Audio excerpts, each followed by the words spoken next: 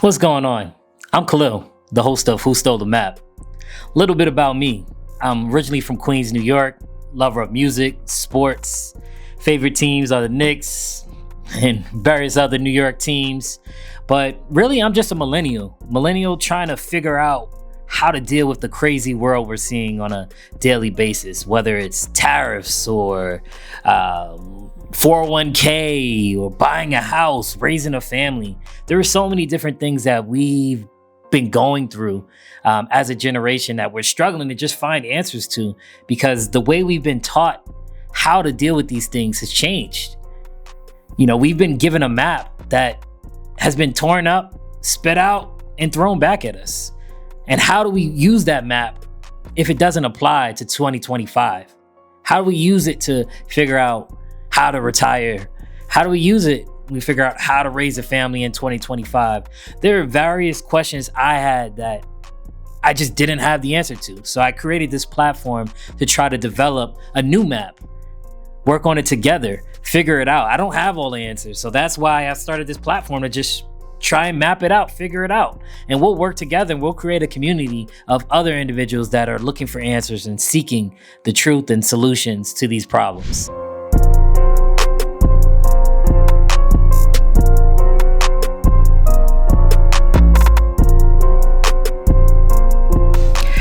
There are various platforms that are catered towards millennials that we have out there today. But I think the thing that we bring that other platforms don't bring is an actual solution. You'll see all these different platforms just kind of fear mongering and just trying to get us scared to say, oh, millennials aren't having kids. Why aren't we having kids? What's the solution to us having kids?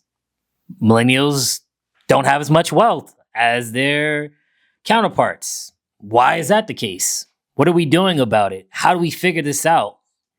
That's where I believe my platform is going to come into play, of really figuring out a solution versus just harping on the problem, saying this is a problem, this is a problem. So how do we get from point A to point B and then eventually to point C? That's where I feel like the value we're going to focus on bringing. And outside of that, for example, when you purchase your first house, I purchased mine a couple of years ago. I was listening to advice from lots of family and friends, and that's all great. But what applies to buying a house today in 2025? If we look at the pandemic a few years ago, people were paying crazy amounts of money, overpaying for houses, paying with cash. So does that apply to how somebody bought a house in 1970? No, it doesn't apply to that.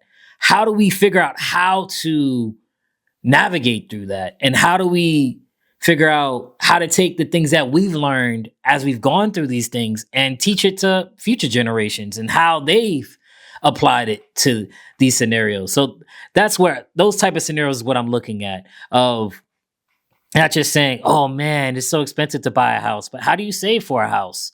When you're looking at a house, what should you look for? I was in a house, I purchased my house, and within 4 months, we needed a new HVAC. And if anybody owns a house currently, you know those HVACs are crazy expensive. So these are things that I really wish that I was told a little beforehand. Yes, there are some bruises that you take on and it helps you become the individual you are today. But ultimately, I do believe that we need just a little bit more guidance. And yes, every screw isn't a one size fits all. But ultimately, the direction that we've been given, hey man, it's not 1970, it's not 1980, it's not 1990. We can't just pick up our bootstraps and just work hard, work, because that doesn't work today. You can work yourself to death. That is the issue that we have today. No, you got to work smarter, not harder. That's what needs to be taught. So those are the type of approaches I want to talk about. I follow individuals, and I've been learning from individuals that have retired at 40. They live out of the country. They've taken their investments, whether it be rental properties, businesses, sold them, and they're living great. How do you do those things? These aren't the things that are marketed to us. It's marketed that, hey, the retirement age is now 68. And by the time we're that age range, the retiring age is going to be 75. As I've told you, fear. That is what they are pushing to us. But what does fear drive? It makes us buy more stuff that we don't need. It makes us fall into a trap. So how do we get ourselves outside of the trap? How do we understand our landscape? Think about sports. You need a game plan in order to beat. I'm talking about the Knicks. We about to have game 4 tomorrow. We're in enemy territory. We're in Detroit. How do we figure out how to not do the same thing we did last game so the team can prep and plan for it? That's what I'm trying to get us to think about. And that's where I'm trying to get us to go towards in terms of this podcast and this platform. I want it to be a space where you can go to when you're feeling lost, to say, hey, man, I've never done my taxes before.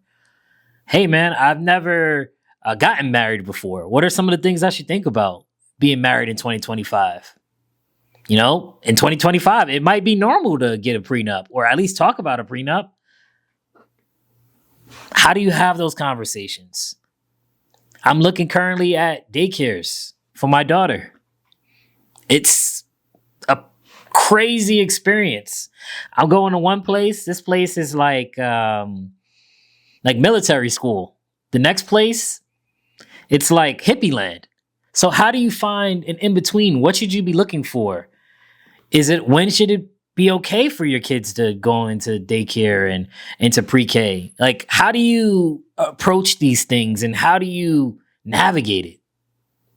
I don't have all the answers. I'm figuring it out on the fly. And there's nothing wrong with figuring it out on the fly, but I think we're just, right now, just the blind leading the blind, and a lot of that information is just being kept inside, and we're not really teaching each one teach one at the moment. And that's what I hope to bring with this platform. I think we, as millennials, aren't necessarily rewriting life and how we deal with life, but I think we're taking the rope that was given to us and we're pulling it a little bit more forward. You know, we think about millennials, like, I know people make fun of us.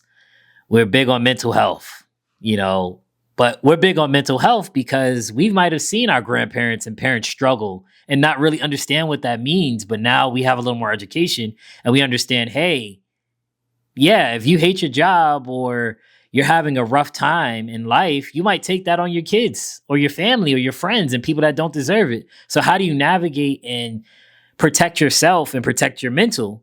Because of, you don't want to wind up like somebody you may have loved that experienced that and went through those trials and tribulations. So I wouldn't say we are kind of reinventing the wheel, but I would say we're taking something that was given to us and we're saying, hey, we want to improve on that. We want to fix that.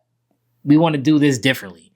We're trying to just find a different pathway. You know, it's not that we want to erase the whole book and just start from scratch, but maybe we could have done that better. Maybe we could have done that better. That's more so what I think we want to do. And then maybe because of some of those decisions that our parents and grandparents made, the world is the way it is now. And we need to pivot and move like the world is the way it is now, not the way it was when our grandparents were our age and parents were our age. So I think that's more so how millennials are approaching it. We're rebellious, but this next generation after us, they got heart, you know, I would ultimately say. I would say this podcast, in terms of a personality, it would be inquisitive. It would be funny. It'd be welcoming. I think those are some of the attributes that I'd say this podcast, because we don't want to make anybody feel dumb.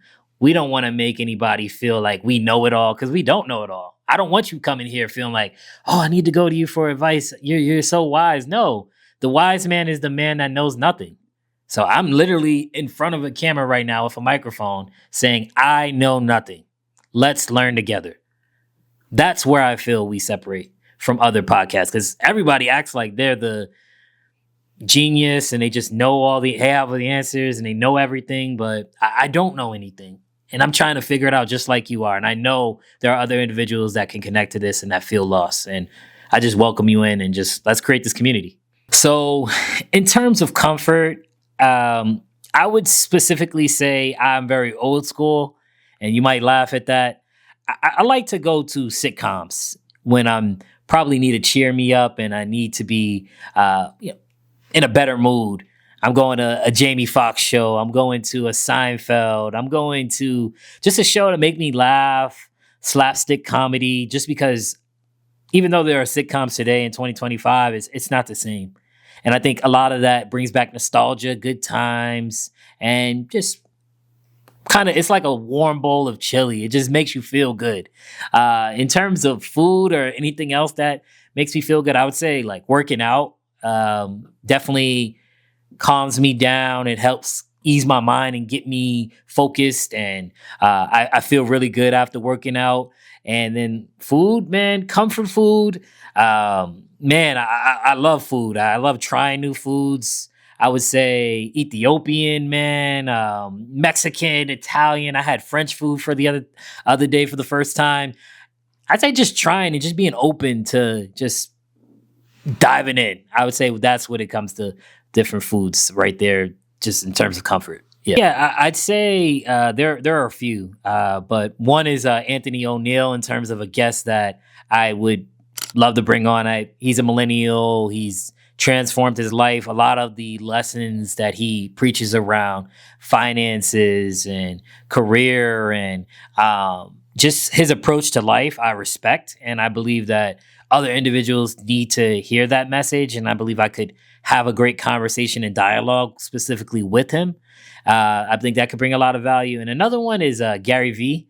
I like Gary Vee a lot. Just I know a lot of people find Gary Vee a little bit too much, but I think just his way of approaching the world, his just fearlessness is something that I admire as a content creator, and I would love to be across the table from him to have that conversation about how he would approach life as a millennial and taking those jumps without fear behind it.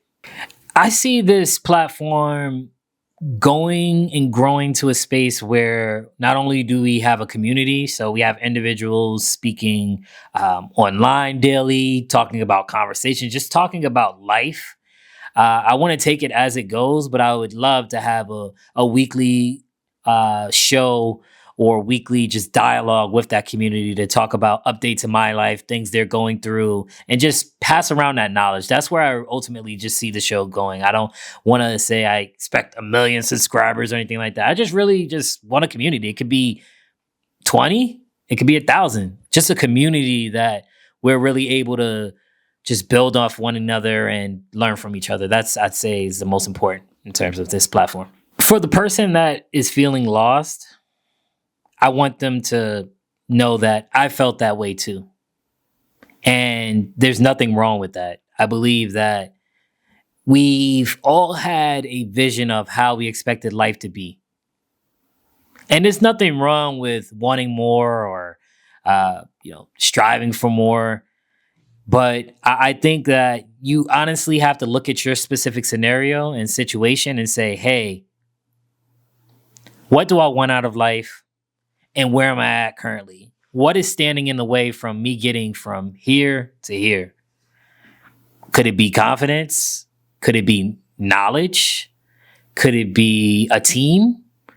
There are a lot of things that need to happen in order for us to get from that place to the next place in our lives. So I would say you're not alone. I'm here, standing here with you, and let's try to figure out how we can get you to that next place in your life. What I'm looking for the most out of this platform is really just growth. How can I become a better Khalil tomorrow? And how can you become a better you tomorrow? That's ultimately what I'm seeking. I'm seeking, as I mentioned a little bit before, that community, but I'm really just, as I talked about wisdom and the wise man, of how do I make myself a better person? How do I make myself a better listener? How do I make myself just better equipped to help individuals around me? That's what I'm looking for the most out of this platform, is just to really be a student of life and of our society today. All right, that's a wrap. It's Khalil, your host of Who Stole the Map. I don't have the answers, but let's try to grab a pen and paper and start drawing that map towards where we want to be in life and figure out how we can get there together. Don't forget to like, subscribe, and drop some comments. Let me know who stole your map. What's holding you back from getting to where you want to be? And how can we figure out a solution to get there? All right, I'm gonna catch you guys next time.